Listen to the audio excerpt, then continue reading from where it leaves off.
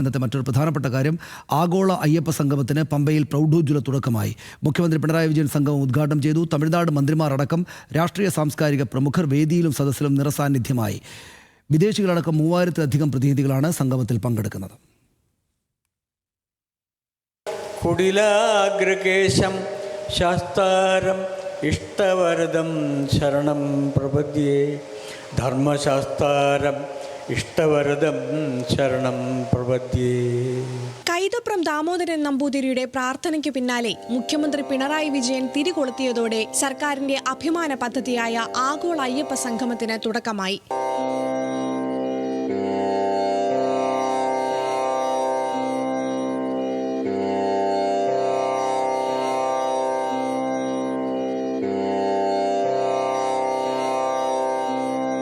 വേദിയിൽ ശ്രദ്ധേയ സാന്നിധ്യമായത് SNDP യോഗം ജനറൽ സെക്രട്ടറി വെള്ളാപ്പള്ളി നടേശനും NSS vice president M Sangeeth കുമാറുമാണ്. ഉദ്ഘാടന പ്രസംഗത്തിൽ വിമർശകർക്കും മാധ്യമങ്ങൾക്കുമെതിരെ മുഖ്യമന്ത്രി പിണറായി വിജയൻ ആഞ്ഞടിച്ചു. ആഗോള അയ്യപ്പ സംഗമം തടയാൻ നിക്ഷിപ്ത താൽപര്യക്കാർ നടത്തിയ ശ്രമങ്ങളെല്ലാം സുപ്രീം കോടതി തള്ളിക്കളഞ്ഞെന്ന് RSSനെ ലക്ഷ്യമിട്ട് പിണറായി പറഞ്ഞു. ഭക്തി കേവലമൊരു പരിവേഷമായി അണിയുന്നവർക്ക് പ്രത്യേക അജണ്ടയുണ്ടാവാം, അവർക്ക് പ്രത്യേക താല്പര്യങ്ങളുണ്ടാവാം. അവ മുൻനിർത്തി അവർ ഭക്തജന സംഗമം തടയാൻ എല്ലാവിധ പരിശ്രമങ്ങളും നടത്തി നോക്കി. അത് നമുക്ക് ബാധകമല്ല. ആ വഴിക്കുള്ള ശ്രമങ്ങളെ ബഹുമാനപ്പെട്ട സുപ്രീം കോടതി തന്നെ വിലക്കി. ക്ഷേത്രങ്ങളുടെ പണം സർക്കാർ അപഹരിക്കുന്നുവെന്ന RSS പ്രചരണത്തിന് പമ്പയുടെ മണ്ണിൽ തന്നെ പിണറായി മറുപടി കൊടുത്തു. 2016 മുതൽ ദേവസ്വം സ്ഥാപനങ്ങൾക്കായി സർക്കാർ അങ്ങോട്ട് കൊടുത്തത് 650 കോടിയാണെന്ന് പിണറായി പറഞ്ഞു. ഭക്തരുടെ പരിവേഷമണിഞ്ഞ് വരുന്നവരെ കരുതിയിരിക്കണമെന്ന് പറയാൻ പിണറായി ഉദ്ധരിച്ചത് ഭഗവത്ഗീതയാണ്.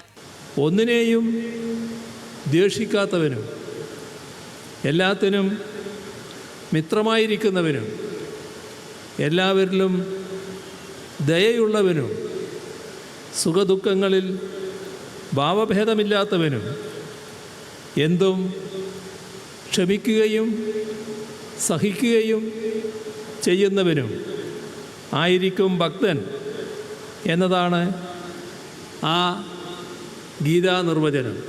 മാധ്യമങ്ങൾക്കെതിരെ മുഖ്യമന്ത്രി ആഞ്ഞടിച്ചു. വകുപ്പുകൾ സംഘടിപ്പിച്ച സെമിനാറിനെ ന്യൂനപക്ഷ സംഗമമെന്ന് വ്യാഖ്യാനിച്ച മാധ്യമങ്ങളെ മുഖ്യമന്ത്രി കണക്കിന് വിമർശിച്ചു. വ്യക്തമായി കാര്യങ്ങൾ മനസ്സിലാക്കാതെ ഒരു വിഭാഗം ആളുകളെ തെറ്റിദ്ധരിപ്പിക്കാൻ വേണ്ടി ചില മാധ്യമങ്ങൾ ദുരുദ്ദേശത്തോടെ വാർത്തകൾ പ്രചരിപ്പിക്കുന്നത് ശരിയാണോ? ബോധപൂർവം നുണ പ്രചരിപ്പിക്കുന്ന ചില കേന്ദ്രങ്ങളുണ്ട്. അത്തരം കേന്ദ്രങ്ങൾ ആ നുണ പ്രചരിപ്പിക്കുന്നൊരു കലയായിട്ട് സ്വീകരിച്ചവരാണ്. ശബരി റെയിലിന് സംസ്ഥാന സർക്കാർ തടസ്സം നിൽക്കുന്നു എന്ന വാദത്തിന് എന്തടിസ്ഥാനമെന്ന് മാധ്യമങ്ങളോട് പിണറായി ചോദിച്ചു. ശബരിമല വിമാനത്താവളവും ശബരിമല മാസ്റ്റർ പ്ലാനും അടക്കം വികസന പദ്ധതികൾ മുഖ്യമന്ത്രി വിശദമായി വിശദീകരിച്ചു. 3000-ഓളം പ്രതിനിധികളാണ് സംഗമത്തിൽ പങ്കെടുത്തത്. മൻമോഹൻ സിംഗിന്റെ കാലത്ത് പ്രധാനമന്ത്രിയുടെ പ്രിൻസിപ്പൽ സെക്രട്ടറിയായിരുന്ന TKA നായർ, തമിഴ് മലയാളം നടന്മാർ, സാമുദായിക നേതാക്കൾ തുടങ്ങിയവരും സംഗമത്തിൽ പങ്കെടുത്തു. ന്യൂസ് മലയാളം, പത്തനംതിട്ട.